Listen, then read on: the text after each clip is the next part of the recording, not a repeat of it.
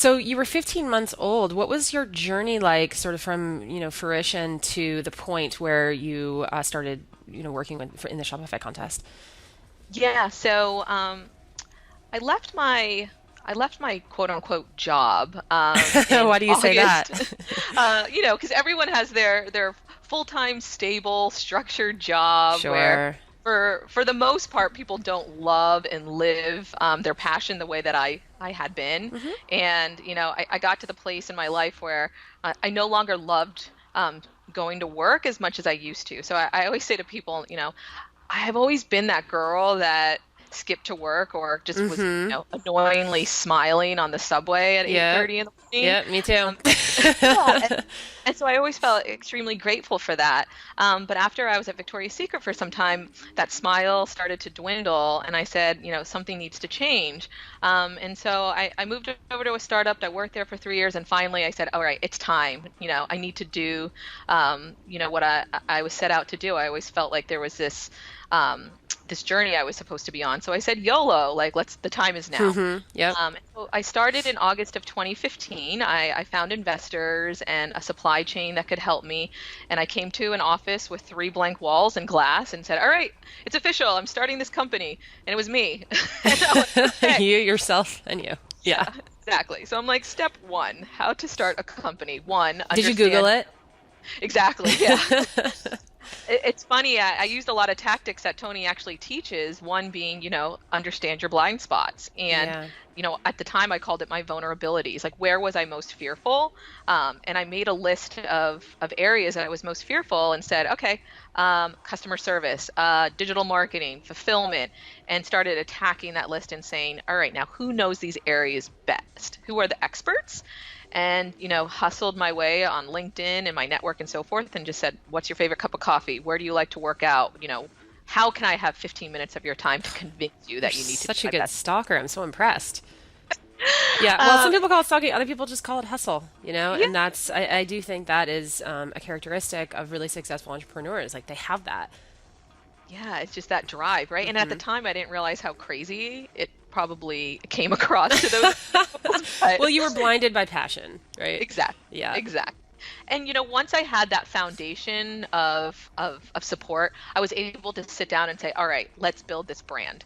And so the second thing I did was this brand needs to physically exist. And so I have a wall in my office, and it's the visual articulation of what I wanted my brand to be. Because the way that I approached it was that if I was going to build a team around this brand, quote unquote X, people needed to understand it, and I couldn't just verbally share it. I needed to visually share it.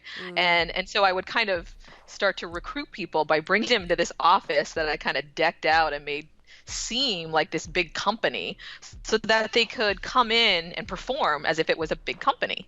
And that's kind of how we set out. We built a vision board. We started building a mini team. There was three of us. We set rules and goals and values, and started to build the lively ethos. Yeah. So, you mentioned that you knew your blind spots, and so you went out and you hustled and you found people to help you there. And then there were areas that you felt really confident in. Is that because those were the areas that your career had essentially trained you for? Like, was that because you had experience in them? Exactly. Yeah. Mm. I had been super fortunate that I grew up in retail.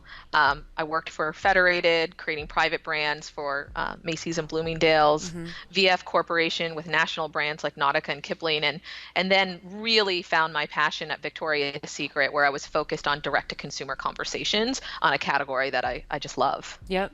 So is that why you decided to stick with that category? Because you felt really confident in your sort of domain knowledge and then also still passionate really about the product and what you're providing people?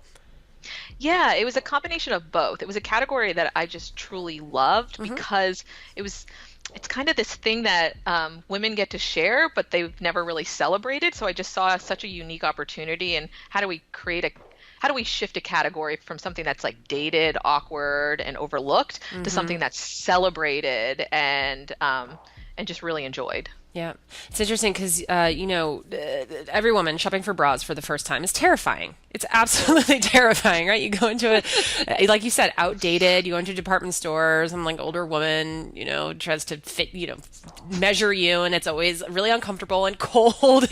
Hmm. And making that transition into like a more modern era where we live in an on-demand society now, right? Like you can go on Yeah. Amazon and order whatever you'd like, and then this whole concept as well that Warby Parker really pioneered was this sort of bespoke but be delivered to you.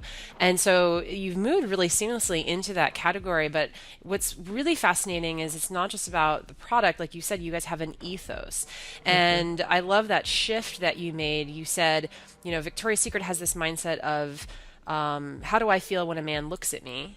Versus the lively ethos, which is how do I look when I'm feeling confident, comfortable, and ready to take on the day. So, Yeah. could you explain a little bit about how you created this ethos? And, in some ways, it seems like it was the opposite of where you came from. So, it seemed like a very natural shift, but it's also very challenging. So, what was your approach going into that? Sure. Yeah. It really came from what I was experiencing in life, and that, like I said, that skipping to work kind of feeling where I was living a very, and still am, a passionate filled lifestyle where my job is so fulfilling and rewarding. And I was, working in these corporations where I kept looking around and just seeing people not sharing that same type of lifestyle, and friends and family constantly complaining about their jobs and so forth. And I'm like, well, what if I could create a brand within this category that not just shifted the mentality of the category, but also started to spread an ethos and a conversation about life is about choices. So you can choose to live a passionate, fulfilling life. You can choose to take your dreams and make them your goals. You can choose all of these things. It's all about just having the courage, the confidence, and potentially the support around you to get it done.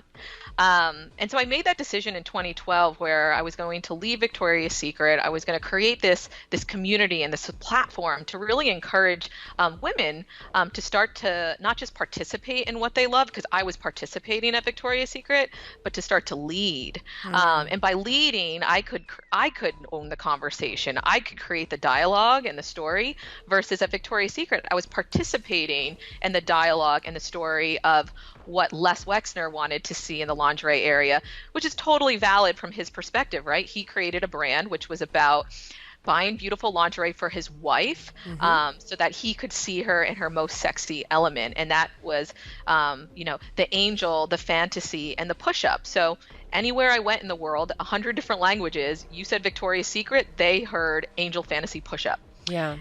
And so I wanted to change that to my own conversation where if women are talking about bras and undies, what if they talked about inner uniqueness, individuality, confidence, and that really channeled individual opportunity to live